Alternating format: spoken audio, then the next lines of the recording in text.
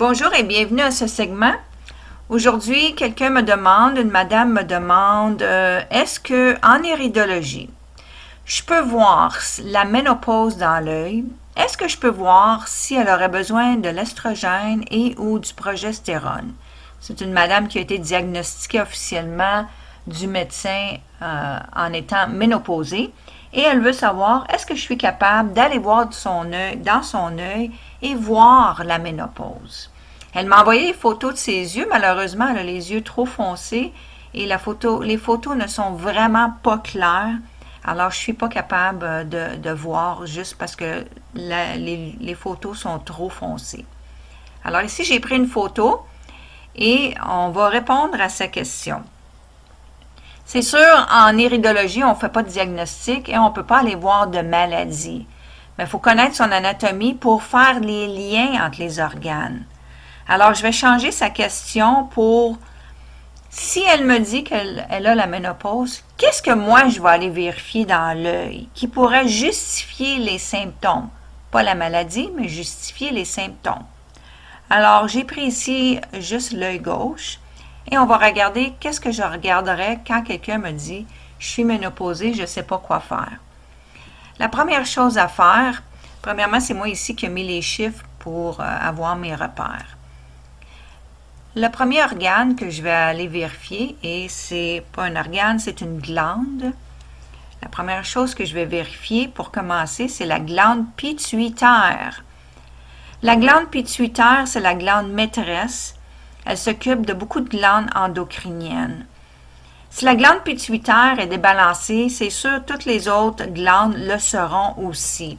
Alors la glande pituitaire pinéale, c'est dans ce coin ici. On peut voir qu'il y a du grugeage de tissu ici, et même noir et blanc. Noir, ça veut dire dégénératif de tissu. La dégénération de tissu, blanc veut dire de l'inflammation. Donc, on peut voir ici en partant que la glande pituitaire, elle est débalancée. Et c'est sûr, ça va affecter toutes les autres glandes, incluant les ovaires et les surrénales. Deuxièmement, qu'est-ce que je vais aller vérifier? On va aller vérifier l'horaire, pas l'horaire, mais l'ovaire. L'ovaire, ici. Alors, on peut voir, c'est comme un genre de ballon de football fermé. Alors, ça, c'est définitivement génétique. Quand c'est fermé, ça veut dire c'est la génétique. Quand c'est ouvert, alors un ballon de football qui serait ouvert veut dire que c'est des faiblesses, des débalancements acquises au long de notre vie. Ici, l'ovaire, il y a un débalancement. Alors, on peut commencer à voir et à comprendre et à justifier des symptômes de ménopause. Les ovaires produisent l'estrogène. Alors, en vieillissant, ils en produisent moins et après, tout simplement, les ovaires arrêtent. Je dis l'ovaire parce qu'on est du côté gauche, alors on parle de l'ovaire gauche ici, dans ce cas ici. Prochain organe, on va aller voir l'utérus. Alors, on peut voir les débalancements. L'utérus, c'est ça ici. C'est tout ça ici. L'utérus, le vagin, c'est tout ça ici. Particulièrement l'utérus ici. Vagin un petit peu plus bas. Alors, on peut voir aussi qu'il y a un débalancement. Après ça, j'irai voir la thyroïde. Qu'est-ce qu'elle a de si important de ça, la thyroïde? En particulier, plus spécifiquement, je vais aller voir la parathyroïde, ici. Alors, on peut voir que c'est comme le tissu est grugé. Alors, il y a définitivement un débalancement dans la parathyroïde. Pourquoi c'est important la parathyroïde en rapport avec la ménopause? La parathyroïde, elle sécrète la calcitonine. Qu'est-ce que ça fait ça dans la vie? Intéressant. La calcitonine, c'est une hormone et ça pousse le calcium dans les cellules. On a 100 trillions de cellules. La parathyroïde est responsable de pousser le calcium dans les cellules. Si la parathyroïde est débalancée, dans nos 100 trillions de cellules, le calcium ne s'y rend pas. Qu'est-ce que ça veut dire? Ça veut tout simplement dire que même si vous prenez une belle prise de sang et tout est beau dans la prise de sang, ça ne veut pas dire que vos 100 trillions de cellules ne sont pas en manque de calcium.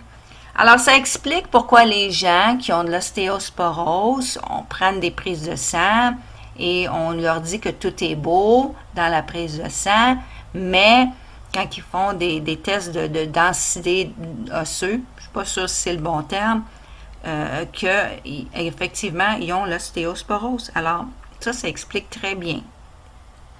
On va aller plus loin. On va aller voir les glandes surrénales. Les glandes surrénales, c'est dans ces coins ici. Alors, on peut voir qu'il y a il y a un petit peu de débalancement, comme qu'on pourrait dire. Et les glandes surrénales sécrètent beaucoup d'hormones et beaucoup de stéroïdes.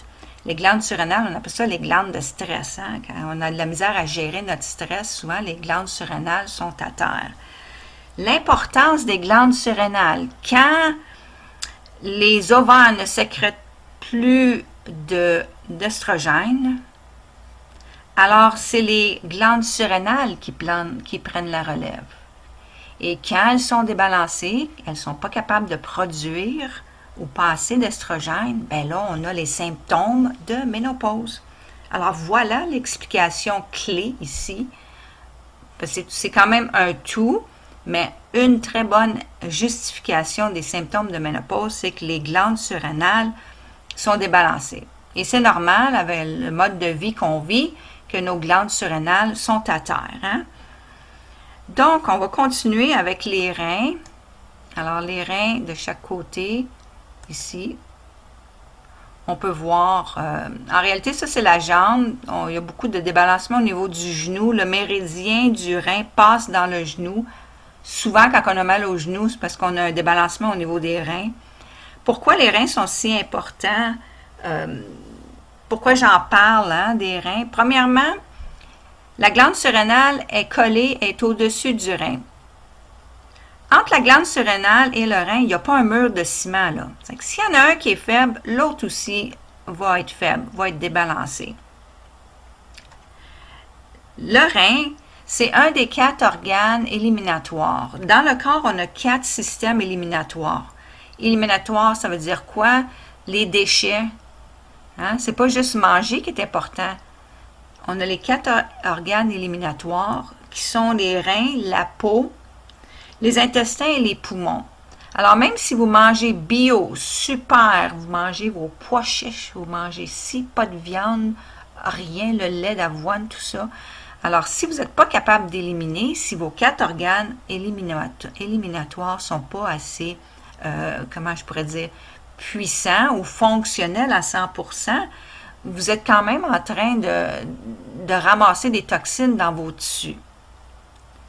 Donc, c'est important de s'occuper des reins absolument en étant un organe éliminatoire qui serait peut-être même le plus important. Parce que le système, là je n'irai pas trop dans les détails, le système lymphatique se promène dans le corps et ramasse les déchets.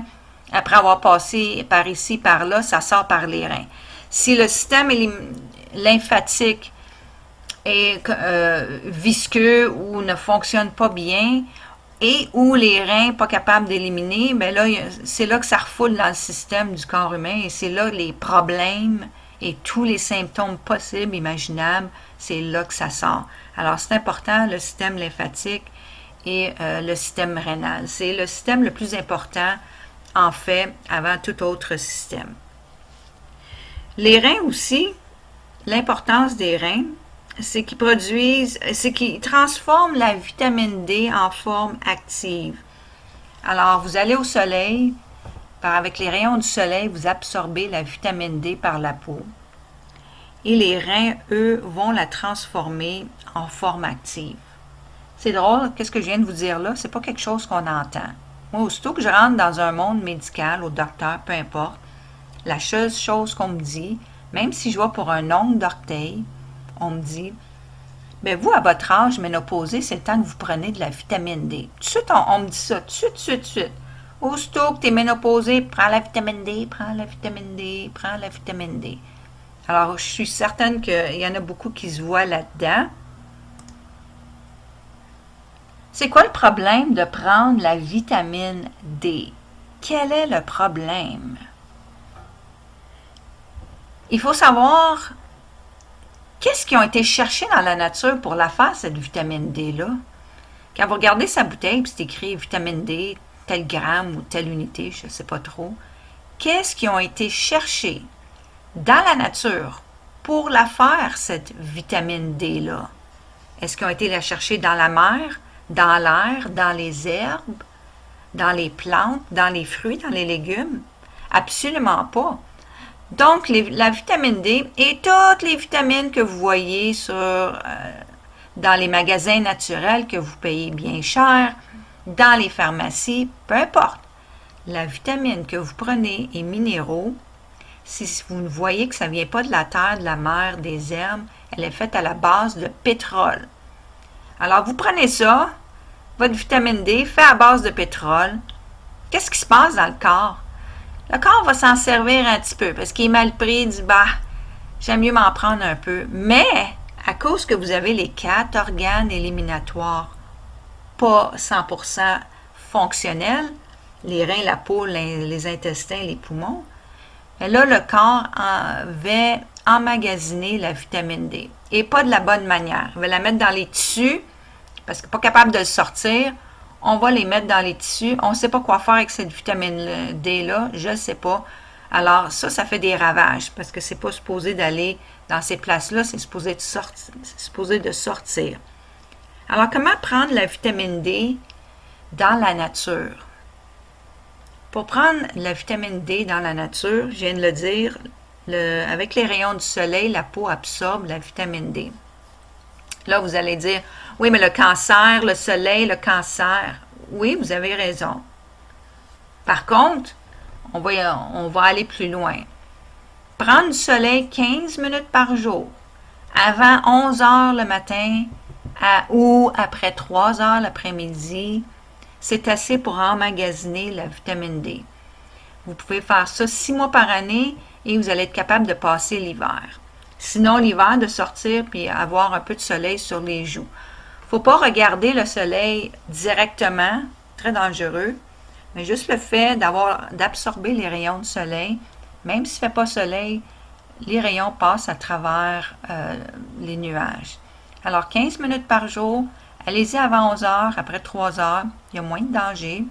C'est sûr, si vous avez une condition médicale et vous n'êtes pas supposé d'aller dehors, utilisez quand même votre bon sens, là, hein? Ça va sans dire. Donc, voilà pour les reins, organes très importants. Et personne n'en mentionne, personne n'en parle beaucoup, hein, des reins. J'avais aussi le foie, le numéro 7, qui n'est pas ici parce que le foie est de l'autre œil, du côté droit. Le foie il est important aussi parce qu'il contrôle les hormones et c'est ça, c'est juste du côté droit. Alors, c'est pour ça qu'on ne le voit pas ici. On a le pancréas. Souvent, les femmes ménopausées, on a des sautes d'humeur, des sautes de sucre, hein, des variations de sucre. Alors, des fois, ça occasionne de l'impatience et ainsi de suite. Donc, le pancréas, il est où ici? On peut le voir, numéro 8. Il y a définitivement un débalancement du pancréas. Ça veut dire qu'il y a un débalancement du sucre, soit à la hausse, soit à la base, soit trop haut, soit trop bas, ou entre, ou ça fluctue. Hein, on le sait, on le sent quand ça monte, on le sent quand on manque de sucre. Pourquoi je le mentionne? Parce que le taux de sucre dans le sang est équilibré par 3 organes. C'est pas juste le pancréas qui s'occupe du taux de sucre. On a le foie, les surrénales, ici, qui sont débalancés, et le pancréas. Donc, on a les 3 organes. Je n'ai pas l'œil du côté droit. J'aurais aimé ça voir le foie, qu'est-ce qu'il y aurait de l'air. Donc, vous avez tous ces organes-là débalancés, et ça peut justifier des symptômes de ménopause. Pour aller plus loin, on va parler aussi de l'émotion en arrière de ces organes-là débalancés. Parce que quand un organe est débalancé, on va vivre des émotions. Et c'est souvent pas toujours plaisant. On va y aller rapidement avec les émotions. La glande pituitaire, madame en haut ici. Quelle émotion qu'on pourrait vivre si elle est débalancée? Écoutez bien ça. Dépression, anxiété, changement dans le comportement et la personnalité, de la colère, de la fatigue, du trouble de sommeil, somnolence le jour. Les ovaires, on a des syndromes prémenstruels, on a de la dépression, des troubles d'humeur. L'utérus, des conflits. Alors, les conflits envers nous-mêmes ou des conflits avec les autres. La parathyroïde, anxiété, dépression, saute humeur, manque de concentration, de l'insomnie. Les surrénales, de la fatigue, troubles de mémoire, nervosité, troubles de sucre, troubles de digestion, troubles de gérer son stress. Les reins, manque de volonté, l'insécurité, la peur. Le foie, c'est la colère. Et le pancréas, c'est le stress, manque d'estime de soi, inquiétude et anxiété. Fait que là, on voit tous ces systèmes-là débalancés. Quelle émotion que vous pouvez vivre. Et j'ai pas mal couvert qu'est-ce que tout le monde vit à tous les jours, partout. Hein? Alors, exemple, quelqu'un qui a le foie là, vraiment magané, il pourrait vivre des colères, de la rage intense. Fait que ça, c'est le genre de conducteur avec la voiture là, qui est impatient, là, qui te coupe, là, puis qui n'est pas capable d'attendre la lumière rouge. Là. Fait que ça, quand vous voyez ça, vous dites, mon Dieu, pauvre monsieur ou madame, vous avez un petit peu besoin de nettoyage de foie. Alors, je dis ça en passant.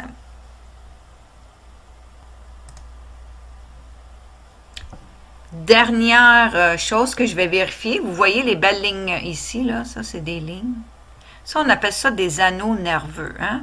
Cette personne ici, elle en a beaucoup. Si elle me dirait, moi j'ai fait des crises de nerfs, ou j'en fais souvent, je dirais, ouais, je comprends. Parce que quand on commence à avoir 1, 2, 3, 4, et ça coupe, puis ça ici, je ne sais pas si c'est la réflexion des cils, mais si c'est des anneaux nerveux dans le système digestif, une personne qui doit, de toute façon on peut le voir, une personne qui a des troubles de digestion. Hein? Alors ça, ces anneaux nerveux-là, quand on les voit, c'est quelqu'un qui va vraiment avoir de la haute anxiété, le stress, et ça l'affecte les organes. Alors on peut voir que l'anneau rentre paf ou s'arrête dans l'ovaire ici, exemple, dans les reins. Alors ça occasionne des problèmes avec les organes dont l'anneau passe. Ça donne une restriction d'apport sanguin et nerveux. Alors, le sang, lui, nourrit les organes, tu as le système nerveux et aussi le système lymphatique qui ramasse les déchets. Alors, ça l'explique pourquoi il y aurait un débalancement et surtout, il doit y avoir des spasmes musculaires et des spasmes aussi au niveau du système digestif et aussi dans les organes. Pour en conclure, est-ce que je dirais à cette personne-là, vu que tu vis des symptômes de ménopause, est-ce que prendre l'estrogène, progestérone, ça serait une bonne idée? C'est sûr, ça appartient à chacun. Mais avec tout ce que je vous ai dit, les organes ici, pour moi, personnellement, c'est certain que ce n'est pas la solution. Moi, j'irais prendre une teinture d'herbes à base d'alcool avec des herbes pour le système glandulaire. Commencer avec ça, renforcer tout le système glandulaire. Nettoyer ici les intestins avec des herbes qui pourraient nettoyer et sortir le méchant. Cibler aussi les reins pour renforcer les reins et aussi le système lymphatique pour commencer à sortir les déchets. Il faut que les déchets ils sortent. Il y a trop d'acidité ici. Il y a trop de blanc. Il y a trop de nerveux, des anneaux nerveux. Alors, ça serait quelque chose à commencer. Des teintures d'alcool pour le système glandulaire, quelque chose pour nettoyer le système ici digestif et des teintures pour les reins et le système lymphatique. Alors, ça serait vraiment ça. Et ça va sans dire l'alimentation, mais ça, on n'en parlera pas maintenant. Ça sera un autre sujet pour un autre tantôt, mais définitivement, l'alimentation va jouer dans le protocole journalier de cette personne-là.